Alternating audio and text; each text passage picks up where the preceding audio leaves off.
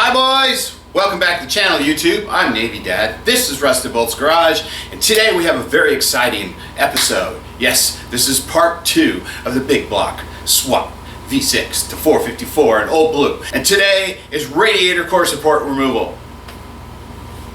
Yeah, I know it's a little boring, but there's some good information in the video.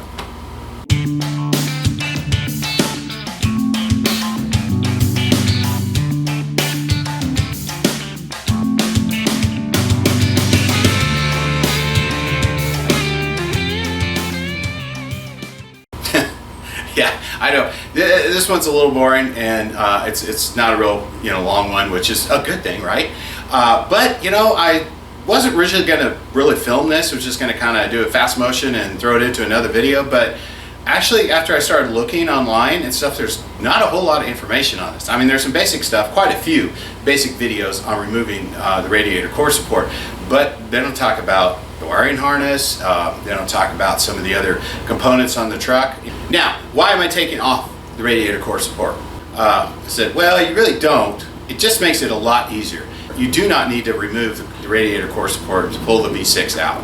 And technically, you don't really need to do it to put a V8 in. But it's a hell of a lot easier, especially when you're going to stick a 454 and a 4L80 in there at one time. Trying to get it, I'm doing this by myself, right? Trying to get it in at an angle, this gigantic heavy engine that weighs, I think I figured, 855 pounds or something like that with the engine and transmission together. Yeah, it's kind of a pain in the ass. So how about removing the core support and just stick it in that way? Stick it right in. It's just going to make it a hell of a lot easier. So I thought I would just go ahead and film the whole thing and let's get to it. Okay, this will probably just be, the fast motion kind of thing, because taking off the grill and getting this stuff ready, and of course the wind's blowing anyway, so you're not going to be able to hear me. So we'll put on some nice 70s music.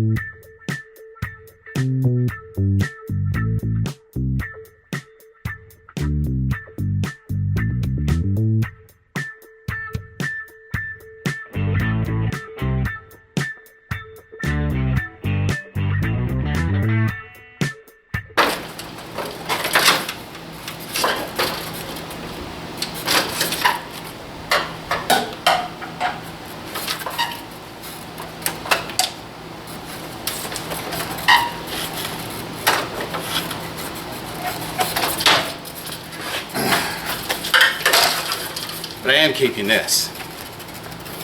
Cool, huh? Oh, that's probably blinded you. Also, I'm going to get rid of these, but I'm going to replace them. As you can see, I broke that one pushing the truck into the garage of the Tahoe. And then this one leaked and one on the other side leaked.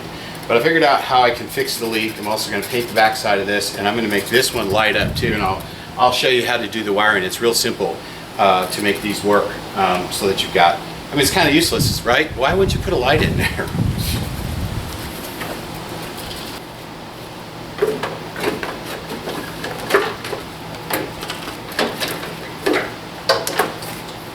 This is also a cheap Chinese replacement, and I've got the OE also. It's in really good shape. Actually, this was not bad. It didn't fit right because the ends are not made right. So I'm going to replace that too, and because the truck got hit. Had to replace the bumper, the grill, and the headlight all were kind of crunched, but there was no other damage on it, so but I did have to replace all this. Now, one thing that you want to do is make sure you don't want to vent your air conditioning into the atmosphere. And I'm going to pull as much of the stuff off here, and then I have a friend who's going to come over, and he's got the whole system, and he's going to evacuate it for me, because I'm not a greener, but dumping that stuff into the environment for no reason is kind of stupid. Okay, so again, make sure that you bag and tag everything. And this is the pigtail going to my fan.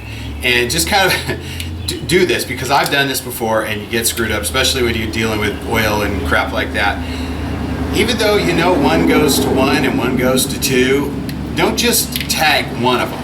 Because what if that falls off? And then you're going to get confused and you're going, oh crap, now I got to redo all this stuff. So make sure you bag and tag everything. Bag and tag. Kind of like shake and bake. What? You don't know what shake and bake is? From one of the greatest NASCAR movies ever, Talladega Nights? Well, here, my buddy and I paid homage to that one night after a beer or two. Boys, well, we're hanging out at the shop, and tonight we got us something special. Here we got Ricky Bobby Radcliffe's latest acquisition. I mean indecision. I like big Newtons. Woo! Oh my goodness. Yes, sir. That is an actual, real live Winston Cup NASCAR. And tonight we are not painting any cars.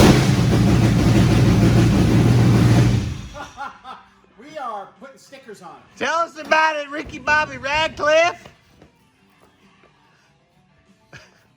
I want to thank the Rain Eater, JTG Daugherty, Racing Michael Walter, Wood Brothers, Toyota 47 car. If you ain't first, you're last. 358 cubic inches and 863 horsepower and 10,000 RPMs. Boys, you be safe. See you soon. Dad, go.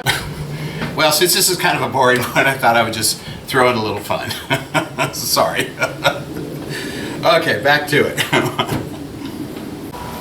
Okay, and my goal is to take this off in as much of a single piece as I can, so I don't have to worry about bagging all the different bolts and everything, because you know there's a whole lot going on here. And you might notice some of that shiny stuff here. Well, don't forget, if you have the later version of the AC condenser here, there's 2 different versions of it. You need to evacuate that too, not just the main AC there. That holds pressure too, that doesn't get purged from that. As you can see, that's how I figured that out.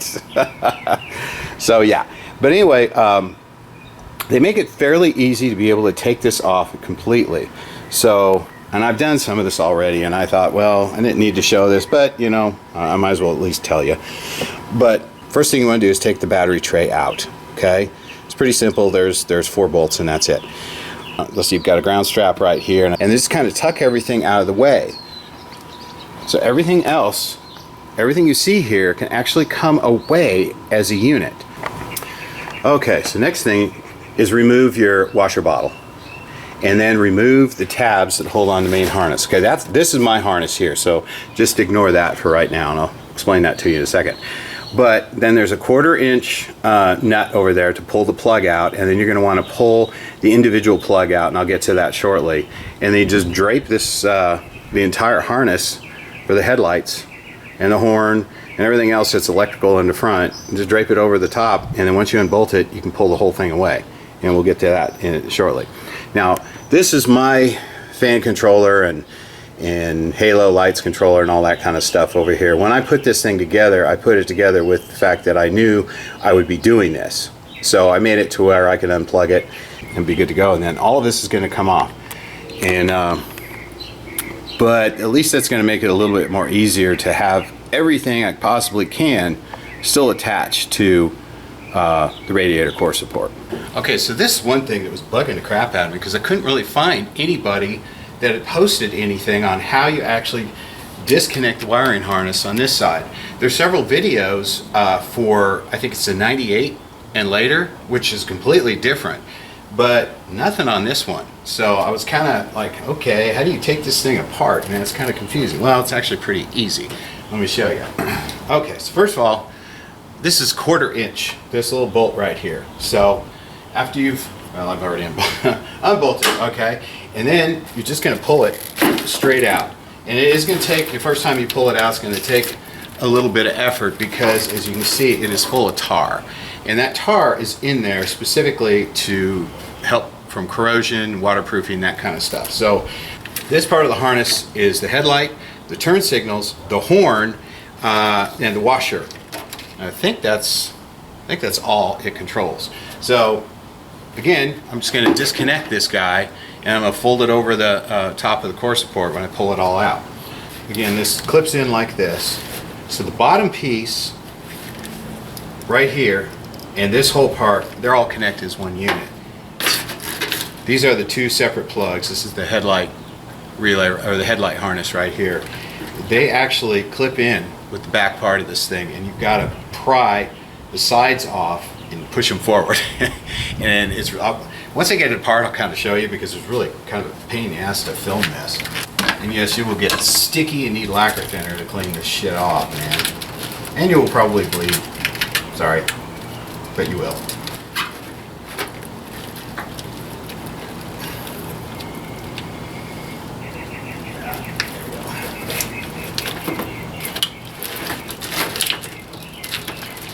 Now, yeah, there we are.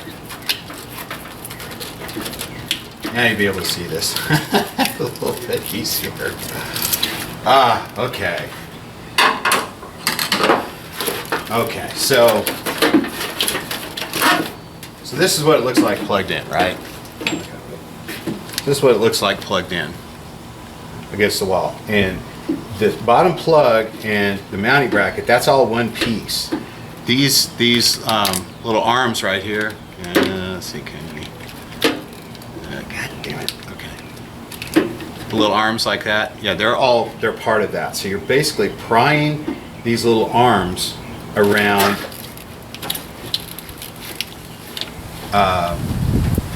these latches. That piece, they're like little poles. I think you can see that. Now, what I gotta do is these slide apart so that I can, come on out of there. Right inside here, right in between there, are little squeezy clips. I'll show you once I get the jump thing off of here. Come on. Unlatch, you bastard. There. Whew. Okay. So this is pretty complicated. So this is probably why nobody's ever addressed this before, because they probably break it and go to the junkyard and get another one. So, okay. So fortunately I didn't break anything. So, okay. So here's the little latch clip, right? So that's the slider, and then that's the latch clip, and it basically slides in like that, clips in, and then you connect these back. Oh fuck, I can't see that. Okay, and then you connect these back.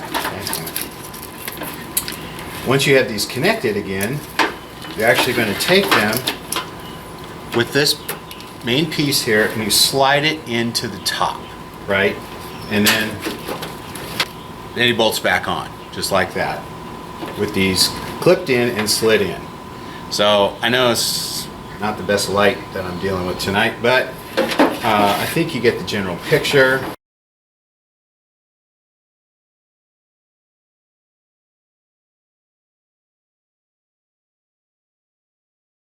Okay, in order to get this thing off, you are going to have to loosen up one fender, which is pretty easy. And what you got to do is loosen that bolt and that bolt on the inner fender well. Then unbolt the hood hinge right here, and then you've got two bolts here and here that you get from inside the door. They're 13 millimeters, and that's it.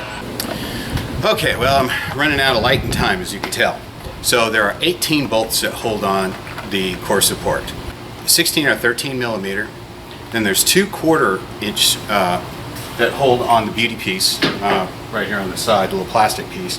Now I didn't go through doing all this because I'm running out of time and light tonight. So what I did here are a couple pictures showing the location and the size. And there was one Christmas tree in there too, and I don't know why, but I took it out and I'm not gonna worry about it.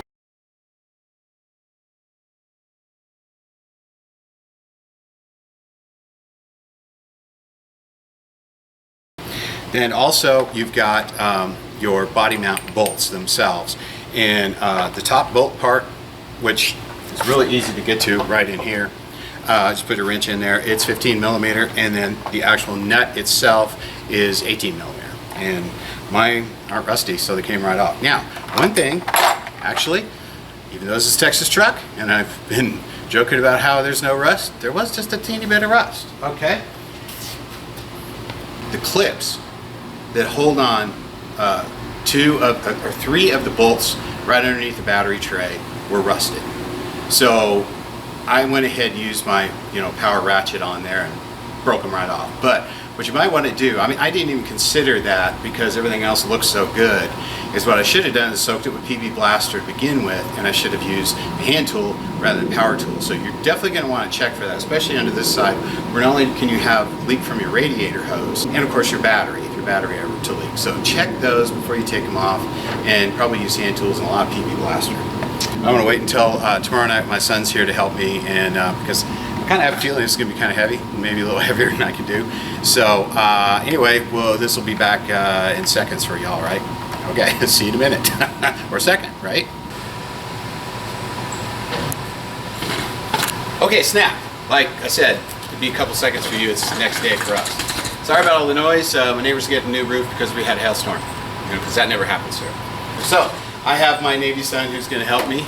First time on camera, I think, except for that call out that you said earlier in the episode. So what we're going to do is now everything is zip tied up, all the lines, everything. So the whole thing should come out as a unit, and everything's unbolted, and hopefully this doesn't go south. All right. Here we go. It's not too bad. Cool. All right. Thank you, sir. I appreciate your assistance. My son, everybody. Okay, so as you can see, I just made a mess in the driveway. Wife will love that. But you can see that everything came out in one piece. Wiring harness and everything is all zip tied back here, so I'll be able to drop it right back in the same way I took it out. Okay, so as you can see, it's not terribly hard. And it was a little boring episode, so that little interlude, I hope you enjoyed that, because we've done a lot of that stupid stuff. Go look at my Instagram. All right, so next up is going to be kind of documenting the wiring harness. I know, not another fun one, but in that same episode, we're going to pull the motor out, so yeah. But yeah, I think it's really important to document everything on the wiring harness, because you don't know what you're going to need. Even if you're doing an LS swap, there are certain things that you're going to retain in your original wiring harness. So keep that in mind. Don't just start cutting and yanking stuff out, because there's stuff you're going to need in there. And if you're doing a V8 swap, obviously you can use the majority of your original wiring harness. So that's what we're going to get to. So boys, be safe. Y'all take care. We'll see you on the next one. I can't get to the frames here. I can't do my... It's Miller time. Yeah.